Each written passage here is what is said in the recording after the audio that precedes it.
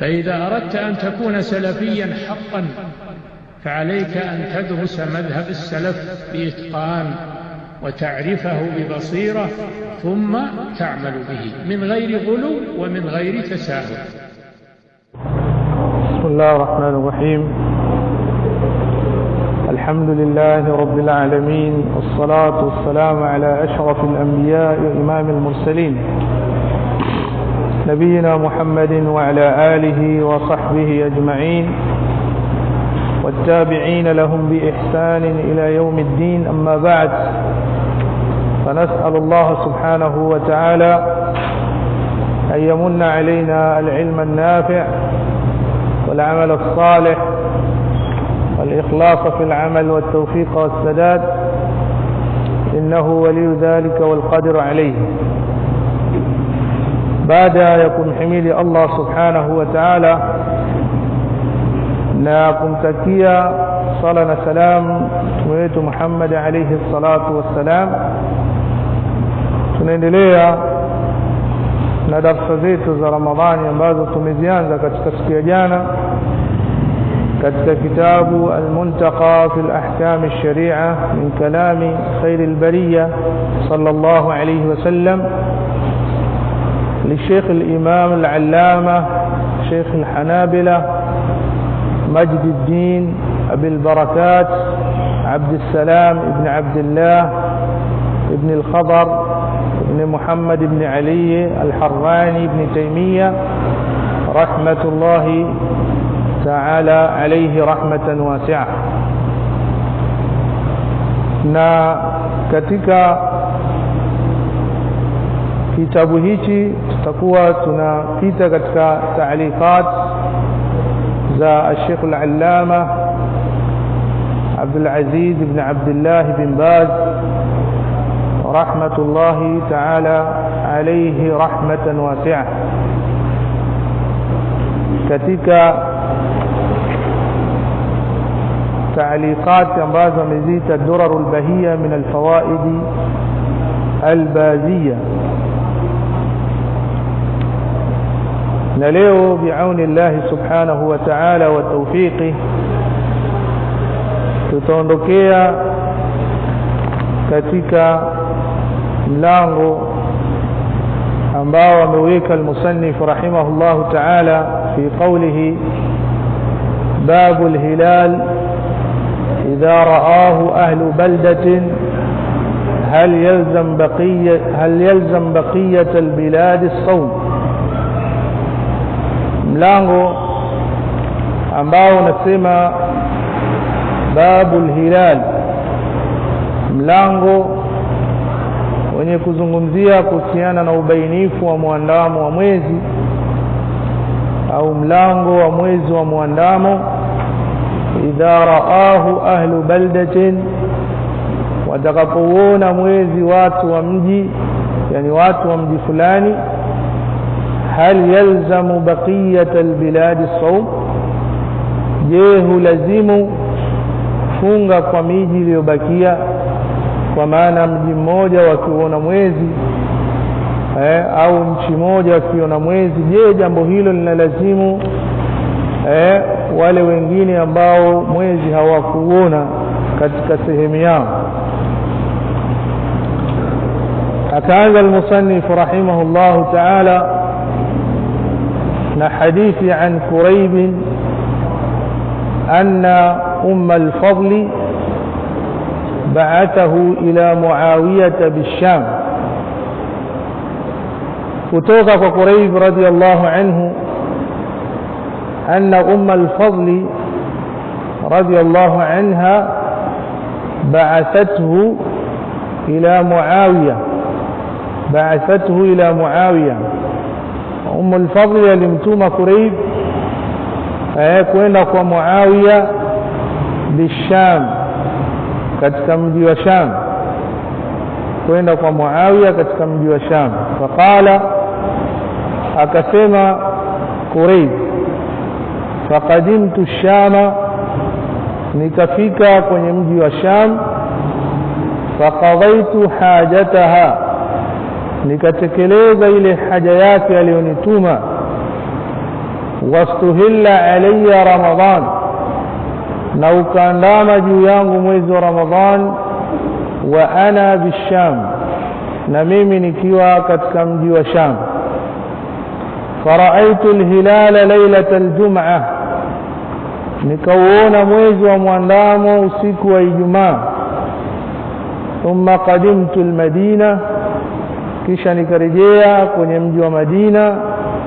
Fi akhir ash-shahr, kurejea kwangu kukawa mwishoni mwa mwezi. Yani ilikuwa safari kutoka baina ya Sham mpaka Madina ni masira shahri, ulikuwa ni mwendo wa mwezi mzima, Kwa hiyo Quraibu alipofika Madina ilikuwa ni akhir shahr, mwishoni mwa mwezi, yani mwishoni mwa mwezi wa Ramadhan. Fasalani Abdullah ibn Abbas, akaniuliza mimi sahaba Abdullah ibn Abbas radiyallahu anhuma. Thumma dhakara alhilala, kisha Abdullah ibn Abbas radiyallahu anhuma alipokuwa ananiuliza katika maswali yake akataja jambo la mwezi wa mwandamo. Faqala mata raaitum alhilala, akasema ni muda gani mliuona mwezi wa mwandamo? Faqultu raainahu lailata aljum'ah, nikasema tuliuona mwezi wa mwandamo usiku wa Ijumaa. Faqala anta raaitah, akasema Abdullah ibn Abbas radiyallahu anhu kumuuliza Quraib, anta raaitah, je wewe uliuona huo mwezi wa mwandamo? Faqultu na'am, nikasema ndiyo niliuona. Waraahu an-nasu, na watu pia waliuona. Wasamu, na watu wakafunga. Wasama Muawiya, na akafunga Muawiya ibn Abi Sufyan radiyallahu anhu. Faqala, akasema Abdullah ibn Abbas radiyallahu anhu, lakinna ra'aynahu laylata as-sabt, lakini sisi tuliona usiku wa Jumamosi, usiku wa kuamkia Jumamosi. Fala nazalu nasumu hatta nukmila 30 au narah, hatutoacha kufunga mpaka tukamilishe siku 30 au tuone, kwa sababu taarifa ambazo wamezileta Quraib zilikuwa fi akhir shahr, zilikuwa ni mwishoni mwa mwezi. Bila shaka walikuwa hawana la kufanya isipokuwa kukamilisha Ramadhan. Fakultu, anasema Quraib, nikasema kumuuliza yani Abdullah ibn Abbas, ala taktafi bi ru'yati Muawiyah wa siyamih, hivi haikutoshelezi wewe kuona kwa Muawiya na kufunga kwake? Faqala Abdullah ibn Abbas, akasema la, hapana. Hakadha amarana Rasulullah sallallahu alayhi wasallam, kama hivi ndivyo ambavyo alituamrisha Mtume sallallahu alayhi wasallam. والحديث رواه الجماعة إلا البخاري وابن ماجه، na hadithi amepokea aljamaa na صاحب المنتقى rahmatullahi ta'ala alayhi akisema rawahu aljamaa, anakusudia wale ashabu kutubi sita, ashabu kutubi sita, wale wanawachuoni wa vitabu sita vya hadithi, kwa maana al-Bukhari wa Muslim wa Abi Daud wa Ibn Majah wa An-Nasa'i, كذلك الإمام أحمد، يعني أصحاب كتب الستة نا الإمام أحمد ndio nakusudia aljamaa. Na akisema rawahu al-khamsa anakusudia ashabu kutubu sita illa al-Bukhari wa Muslim. ukimtoa Bukhari na Muslim, au wakati mwingine ukimtoa Bukhari au ukimtoa Muslim. Na akisema akhrajah anakusudia al-Bukhari na Muslim. Na akisema muttafaqun alayhi anakusudia Ahmad ma'a ash-shaykhayn, anakusudia al-Imam Ahmad pamoja na Bukhari na Muslim. Akisema muttafaqun alayhi, sawa, tofauti na wanawachuoni wengine. Akisema muttafaqun alayhi wanakusudia Bukhari na Muslim. Lakini sahibul muntaqa ukiona sehemu amesema muttafaqun alayhi anakusudia Ahmad ma'a ash-shaykhayn, yani al-Imam Ahmad pamoja na Bukhari na Muslim. Na akisema akhraja anakusudia al-Bukhari wa Muslim. Na akisema al-jamaa anakusudia ashabu kutubu sita ma'a al-Imam Ahmad. Sinafahamiana? Naam. ورواه الجماعة إلا البخاري وابن ماجه. ومepokea الجماعة ومعنى ولواتو أصحاب كتب الستة مع الإمام أحمد إلا البخاري، isipokuwa الإمام البخاري وابن ماجه، كذلك الإمام ابن ماجه، isipokuwa wawili hao ndio hawajaipokea hiyo hadithi. قال الشيخ ابن باز رحمه الله تعالى، الشيخ عبد العزيز بن باز رحمه الله أنا سمع الصواب أن الرؤية تعم، لأن رسول الله صلى الله عليه وسلم خاطب الأمة جميعا. أنا سمع قولي ليقوى يساوى kwamba kule kuonekana kwa mwezi kunaenea kwa watu wote, kwa maana mwezi ukishaonekana sehemu moja jambo lile linaenea kwa watu wote, mwezi ule unakuwa ni wa watu wote. Anasema Sheikh Ibn Baz rahimahullah, japokuwa hadithi tuliyoona inaonyesha ikhtilafu al-matalih, tofauti ya miandamo, kwa sababu Abdullah ibn Abbas alikuweko Madina na Quraib alikuweko Sham.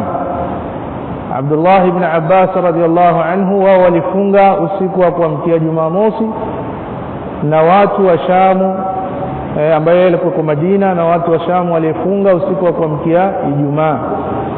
Kwa pakapatikana ikhtilafu al-matalih, tofauti ya miandamo, kwamba hawa waliona usiku wa kuamkia Ijumaa na hawa waliona usiku wa kuamkia Jumamosi. Lakini Sheikh Ibn Baz rahimahullah anasema as-sawab, kauli iliyokuwa ya sawa, anna ar-ru'yata, kwamba kule kuona mwezi taumu kunaenea kwa watu wote, lianna Rasulullah sallallahu alayhi wasallam, kwa sababu mtume sallallahu alayhi wasallam khataba al-ummata jami'an, mtume alihutubia umma wote. Katika jambo la mwezi alikuwa akizungumza na umma wote, alikuwa hazungumzi na watu wa sehemu fulani. Tumeziona jana hadithi, idha ra'aytumuhu fasumu wa idha ra'aytumuhu faftiru, pale mtakapouona fungeni na mtakapouona fungueni. Wanasema mtume sallallahu alaihi wasallam alikuwa anazungumza na watu wa dunia nzima, sio watu wa mahali fulani. Wa ra'y ibn Abbas, na rai ya sahaba Abdullah ibn Abbas, anna al-matali' takhtalif, kwamba miandamo inatofautiana. Fayasumu kullu baladin biru'yatihi, kwa hiyo watafunga kila watu wa mji na kule kuona kwao au na muandamo wao. Akasema wal amru wasi', na jambo ni pana. Fa idha ittafau bi ru'yatihim, ikiwa watu watatosheka na kule kuona kwao, wasichukue muandamo wa watu wengine, fala ba'as, hakuna ubaya wote kufanya hivyo. Wa insamu mujtami'in, na ikiwa watafunga kwa pamoja, kwamba muandamo utakaoonekana sehemu moja wakafunga watu wote, fa huwa al-aula wal-ahwat wal-afdal, jambo hilo ndio litakuwa aula na ndio litakuwa ahwat, litakuwa bora zaidi, na ndio jambo litakalokuwa bora zaidi.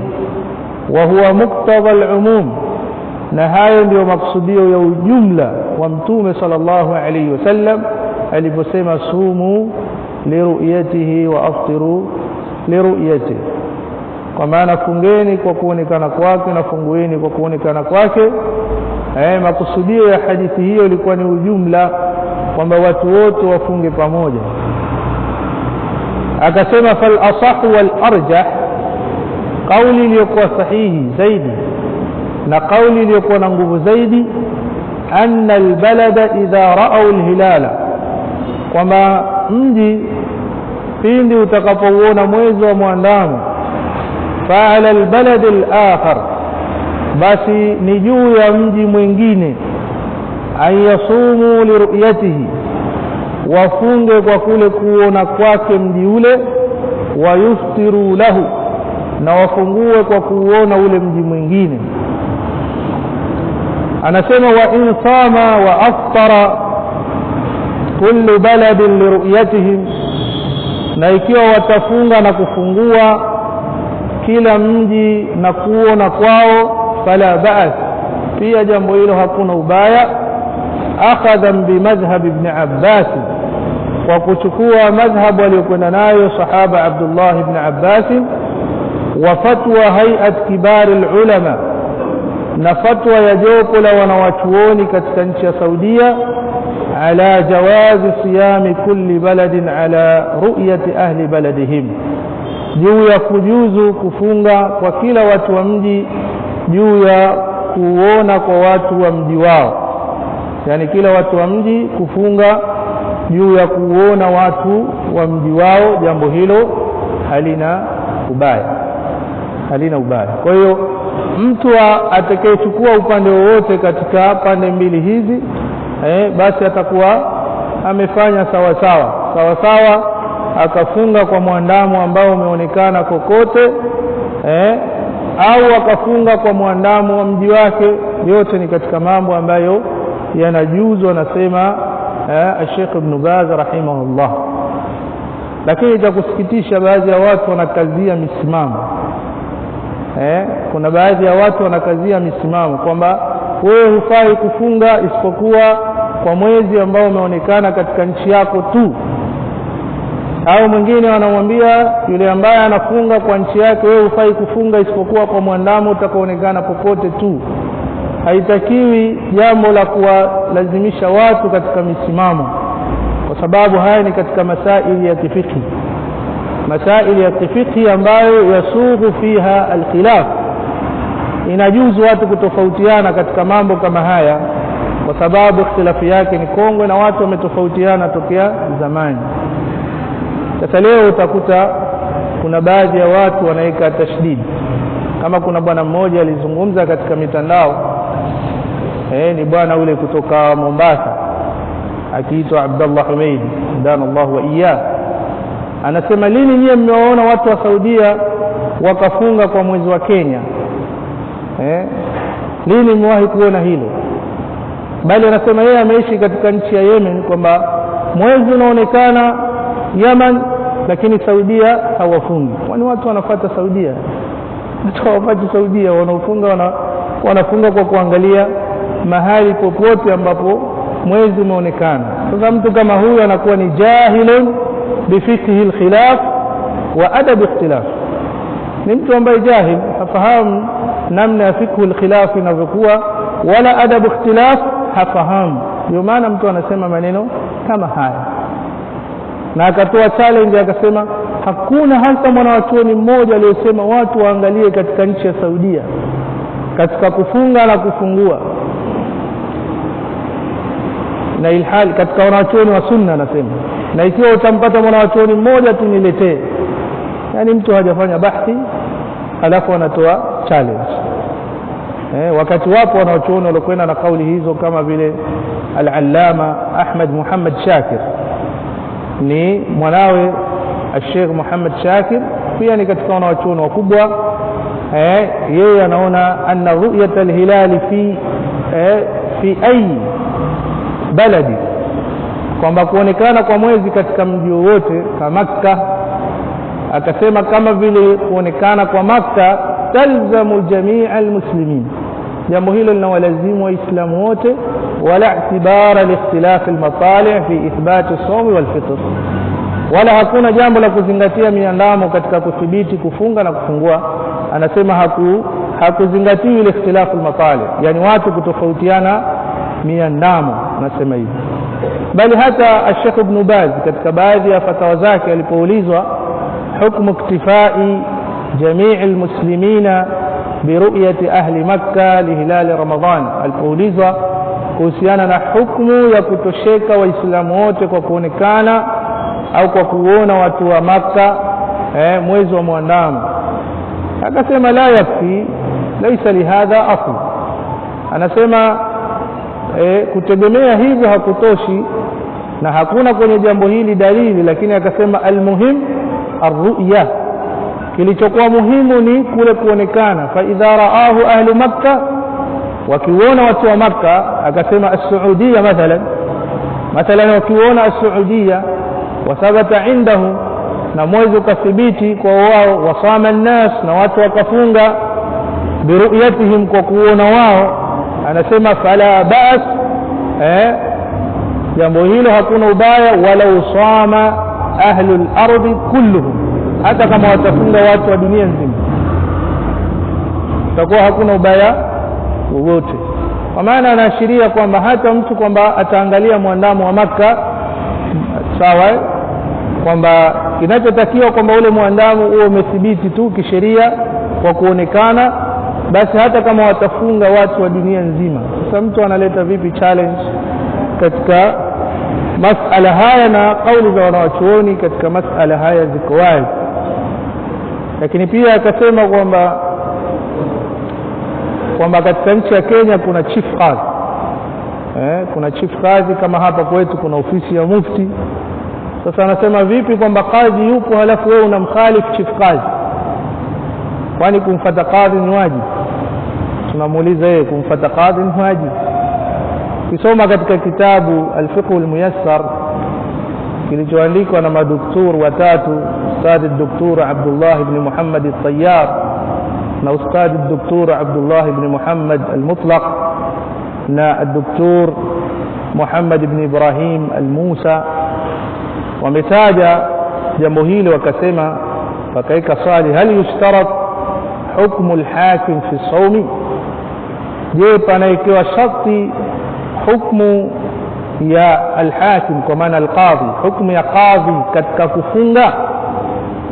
Akasema dhahaba al-jumhur ila annahu la yushtaratu hukmu al-hakim, jumhuri ya wanawachuoni mina al-Hanafiyya wal-Malikiyya wal-Hanabila wamekwenda na kauli ya kusema la yushtarat hukmu al-hakim, hapawekewi sharti ya hukmu ya qadhi fi thubuti al-hilali wa wujubi as-sawm, katika kuthibiti kwa mwezi wa muandamo na kuwajibika kwa funga.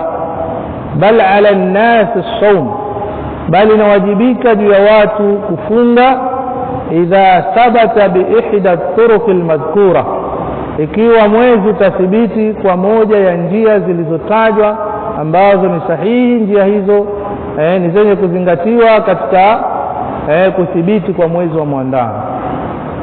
Wakasema wadhahaba ash-Shafi'iyya, na amekwenda madhhabu ya wafuasi al-Imam Shafi'i ila annahu la budda fi tahqiq al-hilal wa wujubi as-sawm an yahkuma bihi al-hakim, kwa waliwajibisha juu ya kuweka sharti la hukmu al-hakim ni madhhabu ya ash-Shafi'iyya. Wao wanaona katika kuhakiki ule mwezi na kupatikana wajibu wa kufunga an yahkuma bihi al-qadhi au an yahkuma bihi al-hakim, yani qadhi lazima ahukumu katika jambo hilo. Wadhālika kay yatahaqqaqa min adalati ash-shuhudi wa sihhati ar-ru'ya, na hilo ni kwa sababu ya kule kuhakikia ule uadilifu wa ushahidi na usahihi wa kule kuonekana. Kwa wao wakaona kwamba ni wajibu lazima jambo hilo lisimamiwe na kadhi madhhabi ya Shafi'ia. Kwa yule ambaye ameshika kauli ya madhhabi ya jamhuri usimlazimishe katika hilo, sababu haya ni katika masala ya khilaf. Kwa yule ambaye anawalazimisha watu wanaonekana wazi kwamba hadha jahilun bifiqhi alkhilaf wa adab ikhtilaf, kwamba hafahamu ile fiqhi ya khilaf na adab ikhtilaf pale wanawachuoni wanapokuwa wamehitilafiana. Kwa hiyo masala haya ni masala ambayo wasi', kwamba mtu atafuata ile rai ambayo anaona kwake yeye imemkinaisha, wala simlazimishe mtu mwingine kufuata ile rai yake. Unaweza kumtolea dalili mtu na hoja ambazo zipo katika rai yako, lakini usimlazimishe kwamba lazima afuate rai yako, na wala usimuone yule ambaye hafuati rai yako kwamba hayuko sahihi. Sawa? Usimuone yule ambaye hafuati rai yako hayuko sahihi. Kwa maana wewe ukiwa na msimamo kwamba mwezi ukionekana popote, ambao ndio kauli ya jumhur, usimuone yule ambaye amefuata kauli ya Ash-Shafi'iyya kwamba funga yake sio, la, ile funga yake ni sahihi na wewe funga yako ni sahihi, kwa sababu hizi ni katika ikhtilafu ambazo sair, ni ikhtilafu ambazo zinakubalika katika sharia. قال رحمه الله: باب وجوب النية من الليل في الفرض دون النفل. ndio naam, mlango unaozungumzia kuhusiana na wajibu wa nia min al-layl, tokea wakati wa usiku, fil fardh duna an-nafl, katika funga ya faradhi pasi na funga ya sunna. Funga ya faradhi nia yake inatakiwa iwekwe katika wakati wa usiku kabla ya kuingia alfajiri ya kweli, yani kabla ya kupambazuka ile alfajiri. Kwa maana mtu anatakiwa awe amelala na nia ya funga, kwa maana isije ikaingia alfajiri akawa hana nia ya funga. Ikiwa ameingia alfajiri na nia ya funga hana, basi mtu huyo hana funga. Kwa mlango huu unaelezea babu wujubi nia, mlango wenye kuelezea kuhusiana na ubainifu wa wajibu wa nia min al-layl, tokea wakati wa usiku, fil fardhi, katika funga ya faradhi, duna an-nafli, kinyume na funga ya sunna. Kwa hiyo funga za faradhi zote zitaingia, sawa ikiwa ni funga Ramadhani au ikiwa ni funga ya nadhiri au ikiwa ni qadha Ramadhan, kulipa Ramadhani, ni lazima ipatikane nia min al-layli, tokea wakati wa usiku kabla ya kuingia alfajiri. Akaanza na hadithi ya kwanza katika mlango huu, an ibn Umar radiyallahu anhuma an Hafsa radiyallahu anha عن النبي صلى الله عليه وسلم أنه قال, kutoka kwa sahaba Abdullah ibn Umar ambaye ni sahaba radiyallahu anhuma, an Hafsa عن النبي صلى الله عليه وسلم, kutoka kwa Hafsa radiyallahu anha. Maana sahaba amepokea kwa sahabia, sawa.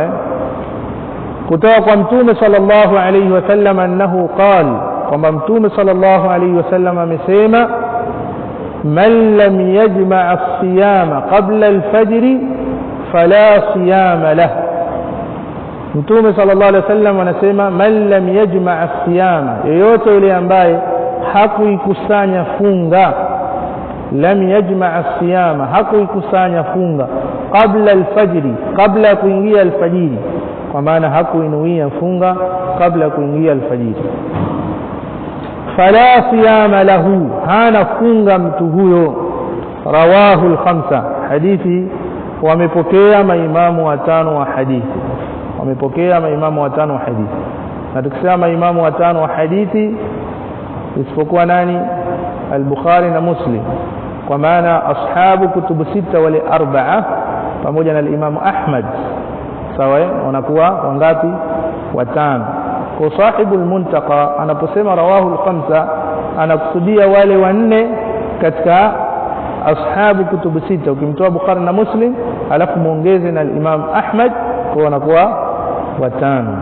na hayo ameeleza al-Imam Ash-Shawkani rahimahullah ukisoma katika kitabu chake Nailul Awtar Sharh Muntaqa al-Akhbar ameeleza hizi istilahi ambazo anazitumia sahibul Muntaka Abul Barakat rahmatullahi ta'ala alayhi. Kwa pia ni muhimu kufahamu kwa sababu istilahi ambazo anazitumia Abul Barakat ni tofauti na zile ambazo anazitumia al-Imam Ibn Hajar al-Asqalani katika Fathul Bari, ambazo zote ni katika kutubu hadith al-ahkam. Hizo zote ni katika hadith al-ahkam. Kwa lazima ujue kule mbali na huku mbali. Kule anaposema muttafaqun alayhi anakusudia Bukhari na Muslim. Inafanana kidogo lakini zinatofautiana pia. Sababu al-Imam Ibn Hajar akisema muttafaqun alayhi anakusudia Bukhari na Muslim. Ndio. Lakini sahibu al-Muntaqa anaposema muttafaqun alayhi anakusudia al-Bukhari wa Muslim wa Ahmad. sawa. Naam. قال الشيخ ابن باز رحمه الله الشيخ ابن باز رحمه الله نسمع الحديث صحيح حديثه حديث صحيح والصواب أنه ثابت الرفع والصواب أنه ثابت الرفع نقول ليكون صواب قول ليكون سوا ثابت الرفع ni imethibiti kwa rafa yani imethibiti kwa kuegemezwa kwa mtume sallallahu alaihi wasallam sawa kwa ni khabarun marfu ni khabarun marfu والقاعده ان الحديث اذا وقفه قوم ورفعه قوم فالقول قول من رفعه هي قاعده katika قاعده ya mustalah أن الحديث حقيقة حديث إذا وقفه قوم ikitokea kundi wakaifanya hadithi ile kuwa ni mawquf ni ipi hadithi mawquf ma udhifa ila man wama udhifa huwa al-maqtu' al-mawquf الصحابي hadithi mawquf ni ile ambayo imeishia kwa sahaba haijafika kwa mtume sallallahu alaihi wasallam itakuwa ni maneno ya sahaba au kitendo cha sahaba ndio mawquf. Kwa baadhi yao wanaona kwamba hii ni mawquf an Hafsa si maneno ya mtume sallallahu alaihi wasallam, lakini wengine wanaona kwamba hadithi hii ni marfu' ni maneno ya mtume sallallahu alaihi wasallam. Kwa wanasema Sheikh Ibn Baz wal qaida na qaida katika mustalahul hadith anna al haditha kwamba hadithi idha waqafahu qaum baadhi ya wanawachuoni wakiifanya kuwa hadithi hiyo ni mawquf kwa maana imeishia kwa sahaba wa rafa'ahu qaumun na baadhi yao wakaifanya kuwa ni hadithi marfu' iliyoishia kwa mtume fal qawlu qawlu man rafa'ahu qawli yenye kuchukuliwa ni ile kauli ya wale walioifanya kuwa ni marfu' idha kana thiqatun itakapokuwa huyo ambaye aliyefanya kuwa ni marfu' ni thiqa walau kana mawqufan ijapokuwa hadithi hiyo ni mawquf akipatikana mtu ambaye ni thiqa yeye atairufaisha itakuwa ni hadithi marfu' wanasema walau kana mawqufan ijapokuwa hadithi hiyo ni mawquf falahu hukmu ar-raf'i itakuwa ina hukmu ya marfu' sawa li'annahu tashri'un kwa sababu hadithi hiyo ni tashri' ni jambo la kisheria li'annahu tashri'un kwa sababu ni jambo la sheria fala yuqalu birra'i jambo la sheria halisemi kwa rai ya mtu jambo la sheria halisemi kwa rai ya mtu kwamba yule ambaye hakuikusanya nia kabla alfajiri basi hana funga kumwambia mtu kuwa hana funga sio jambo dogo kwa ni jambo kubwa ni jambo la kisheria kwa hiyo hawezi mtu kusema kwa rai yake kwa ikiwa hadithi hiyo hata kama sio marfu' sarahatan itakuwa ni marfu' hukman sawa kama haitakuwa marfu' sarahatan itakuwa ni marfu' hukman kama haijaegemezwa moja kwa moja kwa mtume basi itaegemezwa kwa mtume kihukumu tunafahamiana naam hizo ni katika fawaid fawaid alhadithiyya وعن عائشة قالت أنا سيما صاحب المنتقى وعن عائشة رضي الله عنها قالت na kutoka kwa Aisha radhi Allah zaidi yake amesema dakhala alayya rasulullah sallallahu alayhi wasallam dhata yawm aliingia mtume sallallahu alayhi wasallam aliingia kwangu mimi siku moja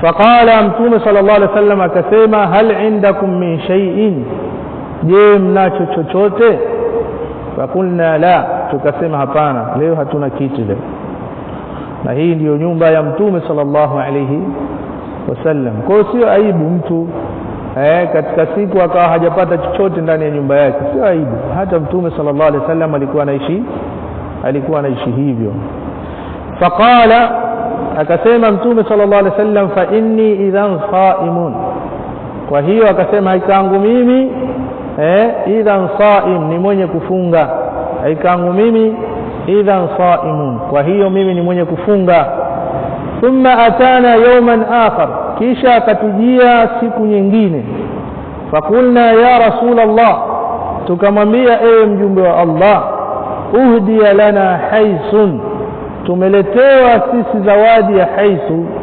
alhaisu wanasema huwa tamrun yukhlatu bi shay'in min al-aqt was-samn haisu kilikuwa ni chakula wanasema tamrun tende yukhlatu bi shay'in min al-aqt inakuwa imechanganywa na kitu katika maziwa ya unga was-samni na kama siagi imechanganywa pamoja kama mfano wa mkate ambao umekusanya tende na maziwa yale ya unga na siagi au samli sisi kwa hiyo ilikuwa kiitwa alhaisu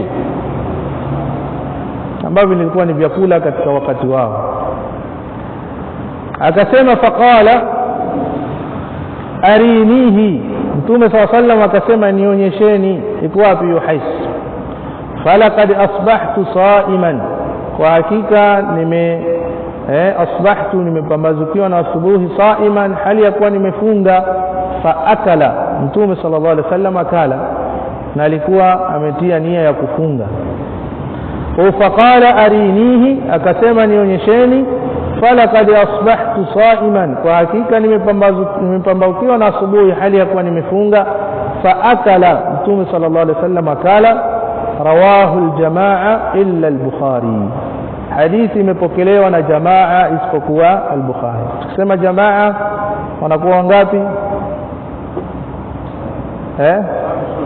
ashabu sunan ashabu kutubu sita ashabu kutubu sita wal imam Ahmad ndio aljamaa lakini hapa akasema illa al-Bukhari kwa watakuwa wangapi sita sawa ukimtoa Bukhari watabaki sita sawa tukimuingiza na Bukhari watakuwa saba ashabu kutubu sita maa al-Imam Ahmad lakini alipomtoa Bukhari manake ashab kutubu sita illa al-Bukhari ashabu kutubu sita wal Imam Ahmad illa al-Bukhari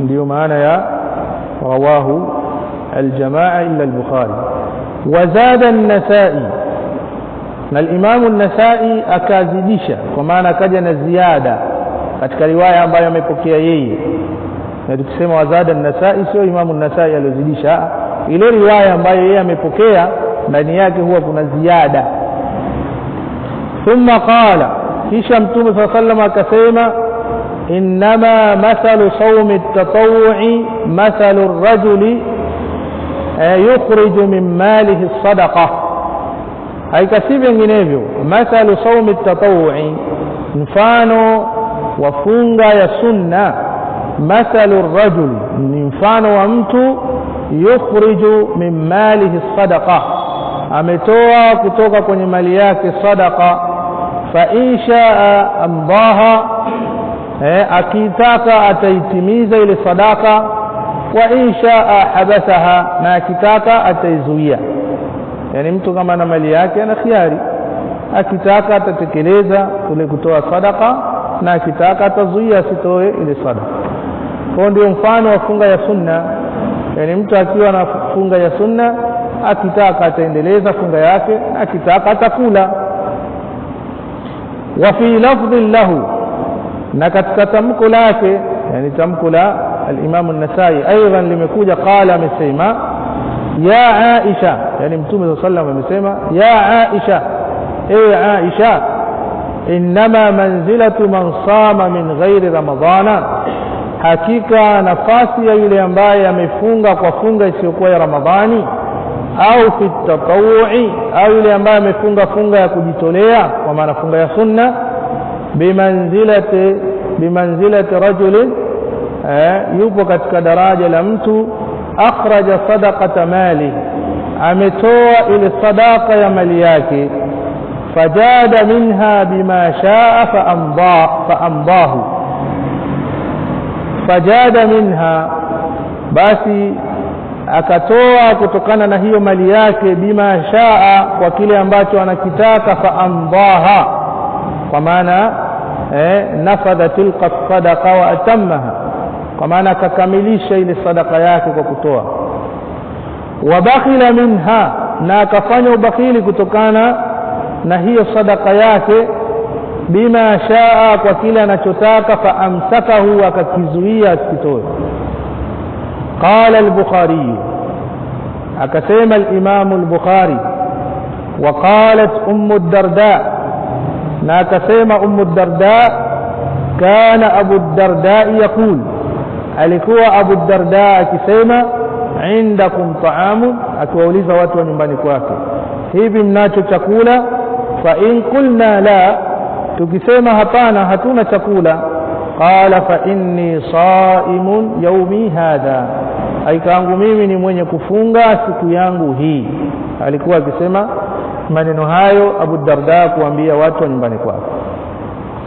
Qala wa fa'alahu Abu Talha, na kama hivyo anasema Imam al-Bukhari, wa fa'alahu Abu Talha, na akafanya hivyo Abu Talha wa Abu Huraira, yani hilo akalifanya Abu Talha wa Abu Hurairata, na Abu Huraira vile vile akafanya hivyo, wa Ibn Abbas, na Ibn Abbas, wa Hudhaifa radhiyallahu anhum, na Hudhaifa ibn al-Yaman radha Allah juu yao. Kwa hiyo na wao wote walikuwa wakifanya hivyo, wakienda katika majumbani mwao wanasema indakum ta'amun, je mna chakula? Fa in qalu au fa in qulna la, wakisema, tukisema kwamba hakuna, yani wakiwaambia kwamba hakuna chakula, huwa wanasema fa inni saimun yaumi hadha. قال الشيخ ابن باز رحمه الله تعالى, الشيخ ابن باز رحمه الله نسمى صيام الفرض, funga ya faradhi, yajibu fihi tabiyitu an-niyya, panawajibika katika funga hiyo kulala na nia, min al-layli, tokea wakati wa usiku kabla alfajiri haijachomoza. Amma man sama an-nafla, ama yule ambaye anayefunga funga ya sunna, falahu al-iftar, basi ana haki ya kula, falahu al-iftar, ana haki ya kula, kwa maana mwenye kufunga funga ya sunna, falahu al-iftar, ana haki ya kula akiamua. Wa in akmalahu fahuwa afdal, na ikiwa ataikamilisha basi kuikamilisha kwake ndio bora zaidi. Fa in akmalahu, ikiwa ataikamilisha fahuwa afdal, kufanya hivyo ndio bora zaidi. Fa in aftara lihaja, ikiwa atafungua kwa haja maalum, au ayi amrin, au akafungua kwa jambo lolote lilomtokezea, falahu dhalik, basi ana ruhusa ya kufanya hivyo. Wa ajruhu min waqti niyyati siyam, na ujira wake utaanza kuanzia wakati wa nia ya funga. Ni muda gani alitia nia ya kule kufunga? Ikiwa kama alitia tokea usiku, basi kutoka muda ule mpaka pale ambapo amefuturu atapata malipo ya ile funga. Na kuonesha kwamba funga ya sunna nia yake si lazima ianze katika wakati wa usiku kabla ya alfajiri, sio lazima mtu alale na nia. Lakini funga ya wajib, funga ya faradh ni wajibu, lazima mtu alale na nia, lazima alale na nia. Na tukisema funga ya wajib, si lazima funga ya Ramadhani, hata qada'u Ramadhan, kule kulipa Ramadhan, au saumu nadhrin, au mtu akafunga funga ya nadhiri, akajiwekea nadhiri, lillahi alayya kadha, in wajadtu kadha, kwamba nimeweka nadhiri ikiwa nitapata jambo kadhaa nitafunga siku 3. Lillahi alayya saumu 3 ayyam, kwamba nimejiwekea nadhiri kwa Allah kufunga siku 3, in wajadtu kadha, ikiwa nitapata kitu kadha.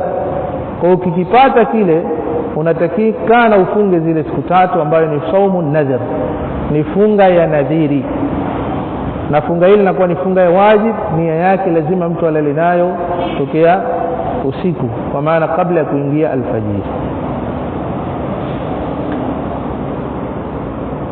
Na tukisema kuwa na nia, maana yake sio kutamka nia. Najua kuna watu wanafahamu kinyume nyume. Watu wakiambiwa lazima bwana wewe umelala na nia, basi akishakula daku tu pale, nawaitu sawma ghadin an adai min yawmi shahri ramadan hadhihi السنه فرض علي لله تعالى ايمانا واحتسابا بوجه الله الكريم عز وجل. haina maana kwamba utamke hii sio nia. Nia ni ile ambayo umeiweka ndani ya moyo wako, ndio nia. An-niyatu mahalluha al-qalb wa talaffudhuha bid'ah. Nia mahali pake ni moyoni, na kuitamka nia ni bid'ah. Kuitamka nia ni bid'ah. Tena hata wale ambao walikwenda na kauli ya kutamka nia, mfano ash-Shafi'iyya, katika madhhabu yao wao wanaona kwamba mtu anatakiwa tamke nia. Na hata hao walikwenda na kauli ya kutamka nia, haitakiwi kutamka kwa makelele kama wanavyofanya watu ndani ya misikiti, mmoja anakuwa na bomba nawaitu sawma ghadi. Hata ukiuliza Shafi'iyya wanasema hii bid'a. Kwa hao wamepituka mipaka. Hata kwa wale ambao waliojuzisha kutamkania, wao wamekwenda mbali zaidi. Haitakikani ijhar, hiyo inaitwa ijharu nia, kuijaharisha kwa maana kila mtu akasikia. Haitakikana mtu ajisikilizishe mwenyewe. Kwa hao ambao wanaona kwamba nia ni sunna, ambao wanaona kuwa nia ni sunna, lakini as-sahih kutamka nia ni bid'a, kwa sababu ni jambo ambalo halijathibiti kutoka kwa Mtume sallallahu alaihi wasallam, at-talaffuz bin-niyya. Wa anna Allah subhanahu wa ta'ala ya'lam ma fi al-qalb, Allah anayajua yale yaliyokuwa moyoni, kwa hiyo hakuna haja ya kuyadhihirisha yaliyokuwa moyoni. Alafu nia ndio maana ikaitwa nia, kwa sababu ya kwamba iko moyoni. Sawa, ndio maana iko moyoni. Sasa unadhihirisha nia, unamdhihirishia nani? Unajidhihirishia mwenyewe, unamdhihirishia Allah. Kama unamdhihirishia Allah, Allah ya'lamu sirra wa akhfa, Allah anajua yasiri na yaliyofichikana zaidi yasiri. Ya'lamu kha'inata al-a'yun wa ma tukhfi as-sudur, anajua mpaka yale ambayo yamefichwa ndani ya nyoyo. Allah subhanahu wa ta'ala anajua. Kwa fala hajata, hakuna haja yoyote katika jambo la talaffuz bin niyya, katika jambo la kutamka nia. قال رحمه الله: باب الصبي إذا أطاق وحكم من وجب عليه الصوم في أثناء الشهر أو اليوم. أنا ثم صاحب المنتقى رحمة الله تعالى عليه: باب الصبي، mlango wenye kumweleza mtoto au wenye kubainisha au kumbainisha mtoto. Babu sabii, au mlango wa mtoto mdogo. As-sabii ni mtoto mdogo ambaye hajafikia baligh. As-sabii idha ataqa, pale atakapoweza kufunga. Wa hukmu man wajaba alayhi as-sawm, na hukumu ya yule ambaye funga imewajibika juu yake, fi athna'i shahri, katika kipindi cha mwezi wa Ramadhani, au al-yawm, fi athna'i shahri, ndio fi athna'i shahri, katika kipindi cha Ramadhani, au al-yawm, au siku katika Ramadhani, au al-yawm, au siku katika mchana wa Ramadhani. قال رحمه الله عن الربيع بنت معوذ، kutoka kwa Rubai' ni mtoto wa Muawidh, mtoto wa kike wa Muawidh radiyallahu anha. Qalat, amesema: أرسل رسول الله صلى الله عليه وسلم غداة عاشوراء alipeleka ujumbe mtume sallallahu alayhi wasallama jioni ya Ashura, ya ile siku ya Ashura, ila qura al-Ansari, katika vijiji vya Ansari. Alipeleka ujumbe mtume sallallahu alayhi wasallama ghadata Ashura, yani ule jioni ya siku ya Ashura, ila qura al-Ansari, kwenda kwenye vijiji vya watu wa Ansari, yani watu wa Madina, allati hawla al-Madina, ambavyo viko kando kando mwa Madina, ambavyo viko kando kando mwa Madina. Mtume sallallahu alayhi wasallam akapeleka mjumbe ambaye alikuwa akiwatangazia watu hivi: man kana asbaha saiman, yeyote yule ambaye amekuwa ni mwenye kupambaukiwa hali ya kuwa amefunga, faliutimma saumahu, basi na akamilishe funga yake, ambayo ilikuwa ni funga ya Ashura, mwezi 10 katika mwezi wa Muharram, ndio ambayo hiyo ilikuwa mwanzo kabla ya kufaradhisha Ramadhani, ilikuwa ni funga ya wajibu, ilikuwa ni funga ya wajibu kabla ya kufaradhisha Ramadhani. Kwa mjumbe huyu akawa anamwambia man kana asbaha saiman, yoyote yule ambaye amepambaukiwa na asubuhi hali ya kuwa amefunga, faliutimma sauma, na akamilishe funga yake.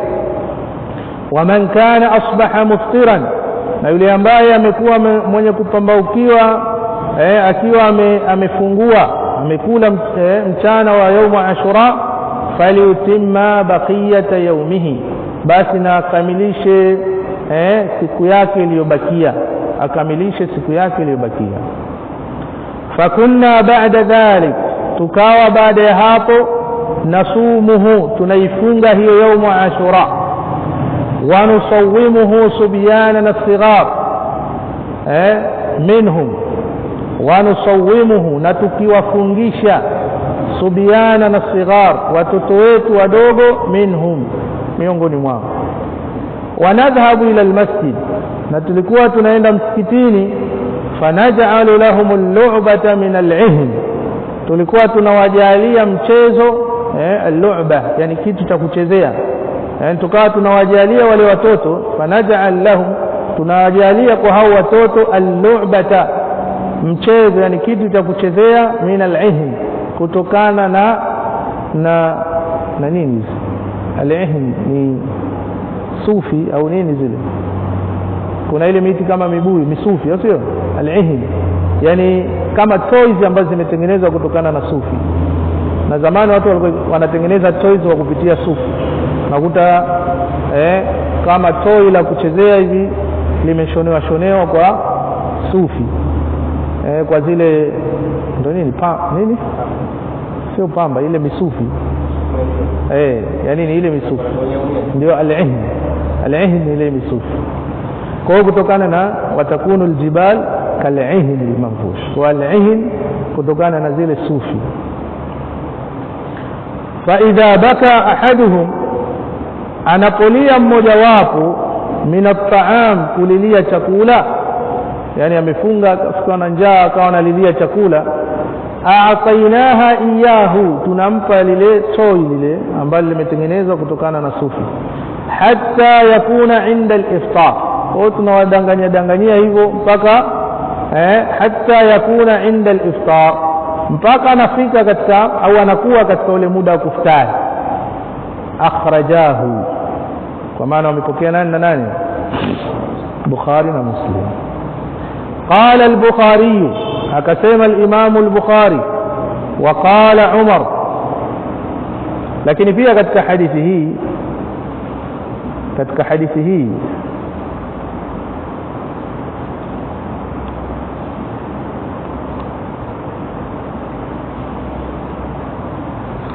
naam, katika hadithi hii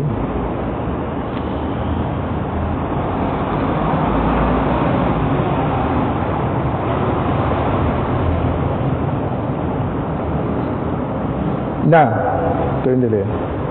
قال البخاري أقسم الإمام البخاري، وقال عمر، أقسم عمر لنشوان، كمwambia mlevi. Nashwan ay sakran, Nashwan ay sakran, alimwambia bwana mmoja alikuwa mlevi, alilewa, sakran, kwa maana aftara fi nahar Ramadhan bisakr, alikula katika mchana wa Ramadhani kwa kulewa, alilewa.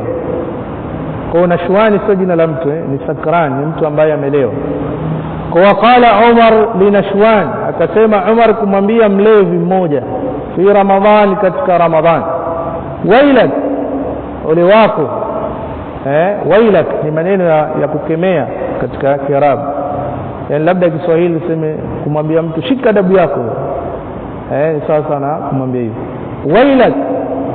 Umar bin Khattab akamwambia ole wako, wasubiyanuna siyamun, wewe unalewa na watoto wetu wamefunga, yani watoto wadogo wamefunga, wewe mtu mzima unalewa.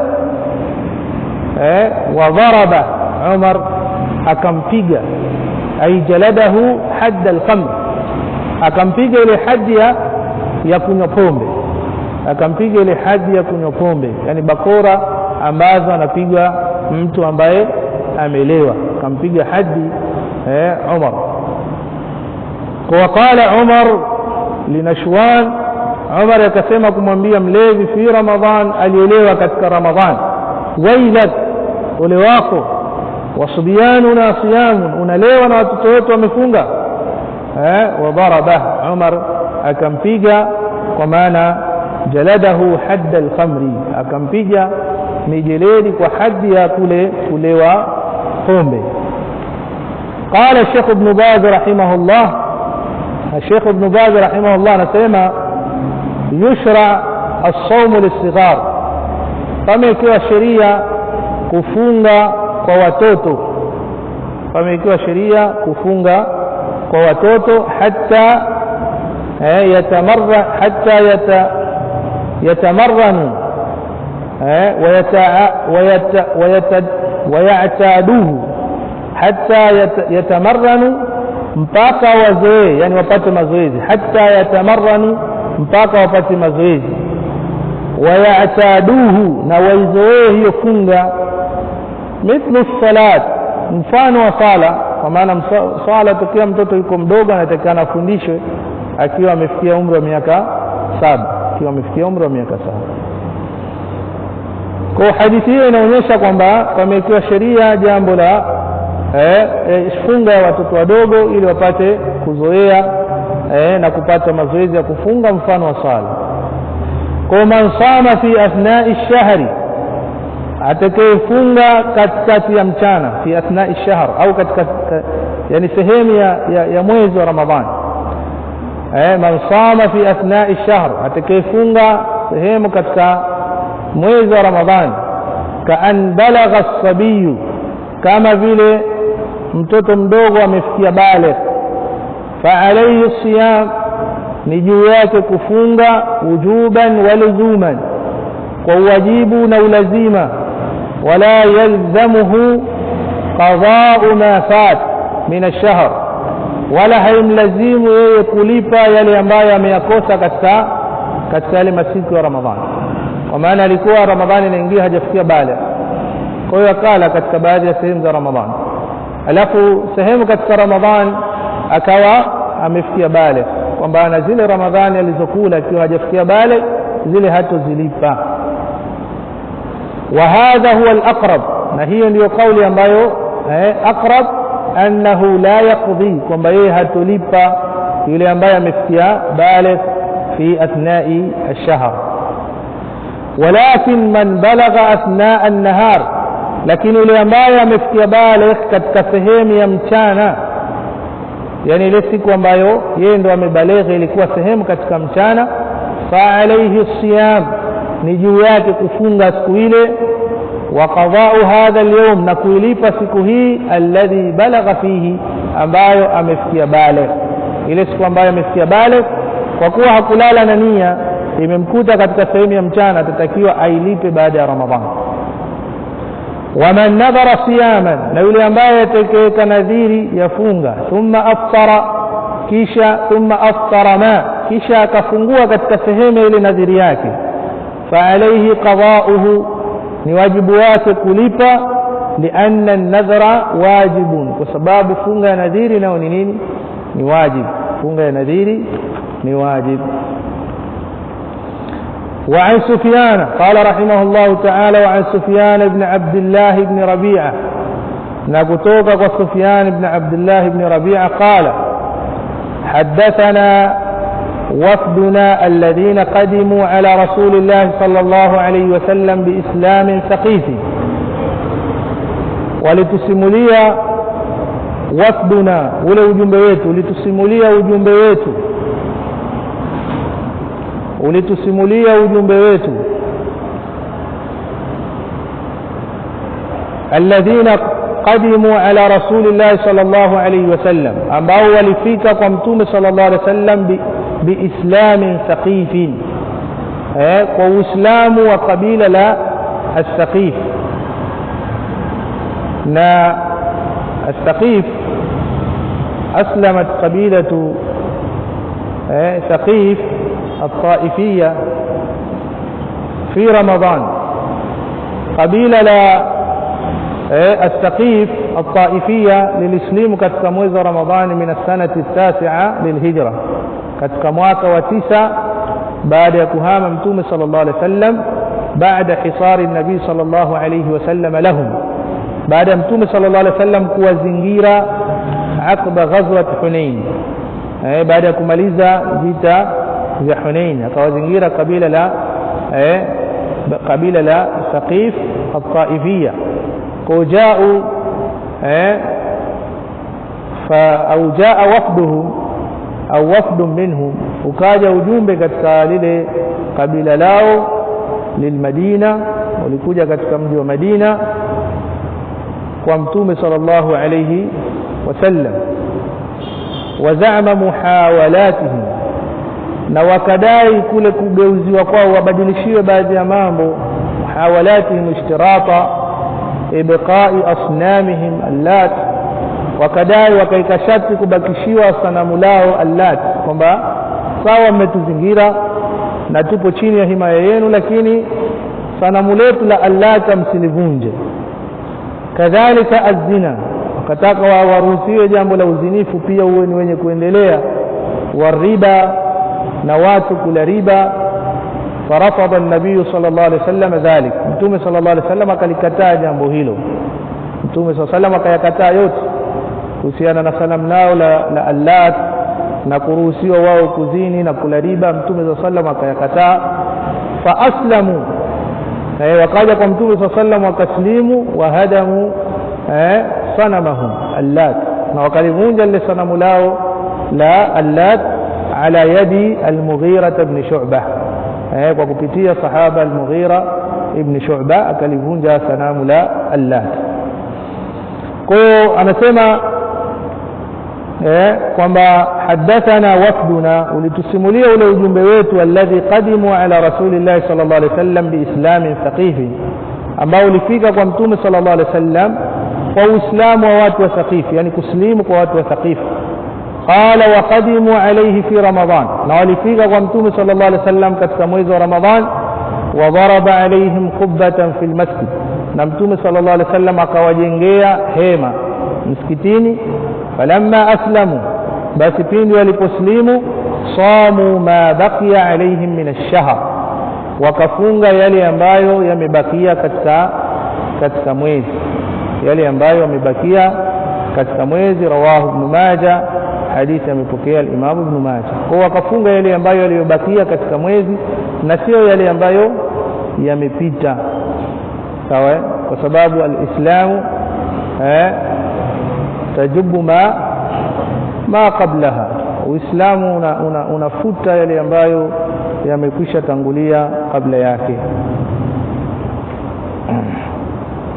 قال وعن عبد الرحمن بن سلمة عن عمه na kutoka kwa Abdurrahman ibn Salama amepokea kutoka kwa ammi yake anna aslama atat ila an-nabi sallallahu alayhi wasallam kwamba kabila la aslama sio mtu ni kabila la aslama lilikuja kwa mtume sallallahu alayhi wasallam na aslama ni kabila ambalo lilikuja kwa mtume sallallahu alayhi wasallam